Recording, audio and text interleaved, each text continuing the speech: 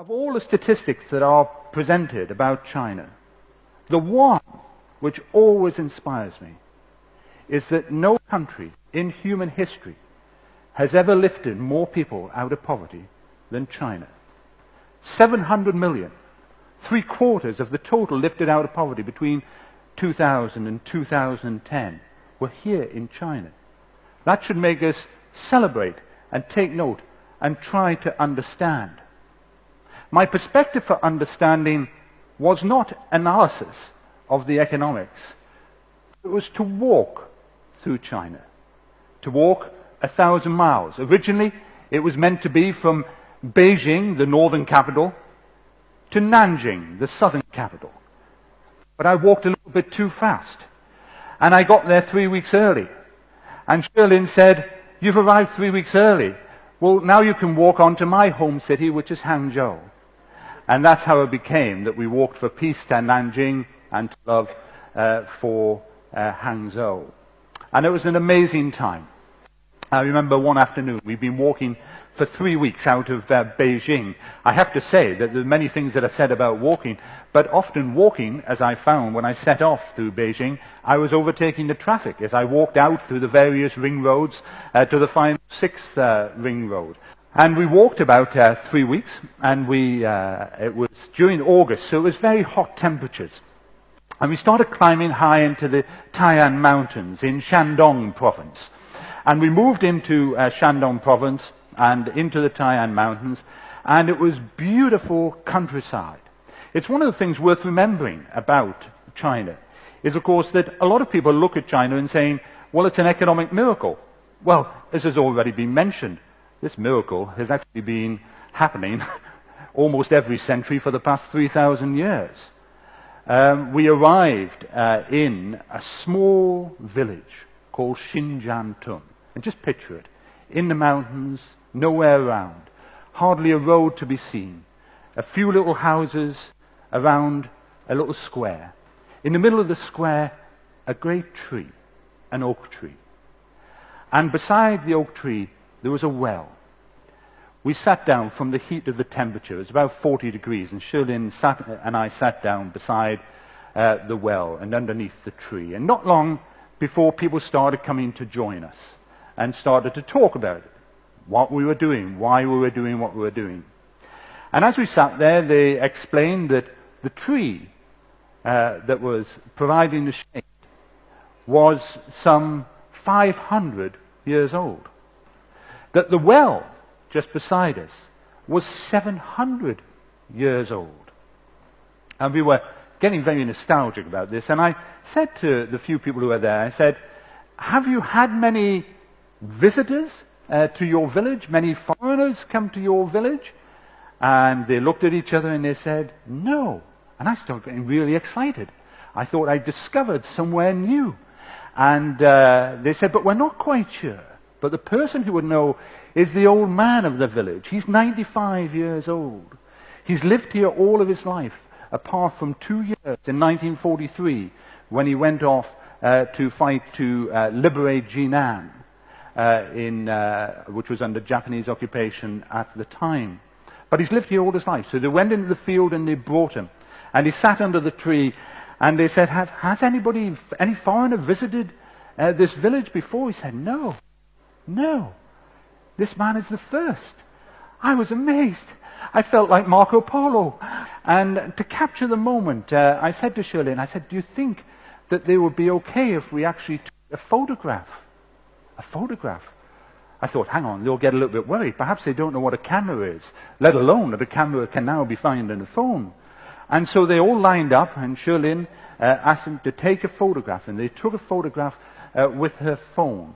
And this was an amazing time, and I thought I'll give talks about this, just this experience in Xinjiantun for many, many years to come. And then as the photograph finished, everybody, including the old man, pulled out their smartphones and started going to Shirlin to ask for her QS code so they could join her WeChat group and get copies of the photograph. I sat there amazed.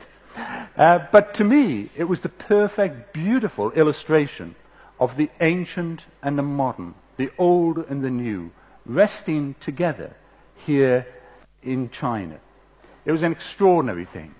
As we continued walking, we visited many of the places. The previous speaker talked about the Confucian tradition, which is so important, I think, to help people understand what China is about and where its traditions come from, just as much as trying to understand European civilization without understanding the importance of the Greek philosophers, Socrates, Aristotle, and Plato, or the Christian religion in that part of our cultural development. Confucius is critical. And so when we were in Chufu and we actually saw the place where he was born, the place where he was raised, and the place where he was finally laid to rest, we began to understand the importance which is put not on self, but on others. And this was important to remember. It was this drive to serve others, to work hard, to be good for others, which was a really important lesson to learn. Everywhere we went, as we walked through small villages, often at the end of a hard day's walk, Shirlin and I would wander away from where we were staying, and we'd go in search of some dumplings or some tea in the local market square. And in the local square, what would we see? Well, in Western countries, often you won't see anyone other than young people, because the squares are associated with alcohol and pubs, and often there will be places that the very old and the very young wouldn't go, but not so in China. We would see them line dancing. In fact, we used to join in with our various dancers, dancing in the squares with the more senior experienced dancers at the front, and the less experienced watching and taking their note, and the children sitting there in front of them, and the men sitting to the side playing checkers. It was a wonderful picture. But what it reminded us was that young people and children are the center of attention for the Chinese. We know how investment in young people and in children pays off multiple times if you can get it. And so the fact that you would see children not just playing with other children, not just on their own, but actually surrounded by adults, all fighting for the opportunity to look after the child. You realize this is very important in understanding China. They invest in their future. They invest in their children. And you see that then reflected in education. You see the education performance. PISA, which is the international ranking of educational performance, looks at all of the countries in the world, and where does it find that maths and science performance is the best? In Shanghai.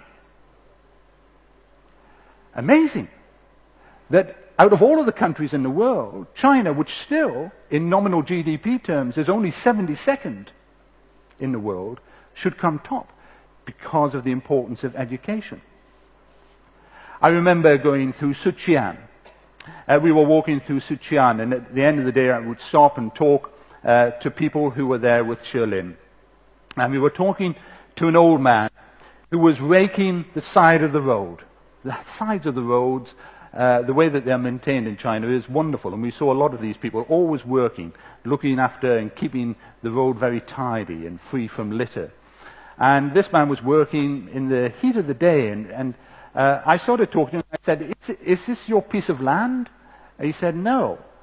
I said, is this your job? Are you paid to do this? He said, no. I said, so why are you doing it? And he said, because work is good for you. Work is good for you. I agree with that. I agree with that. Hard work.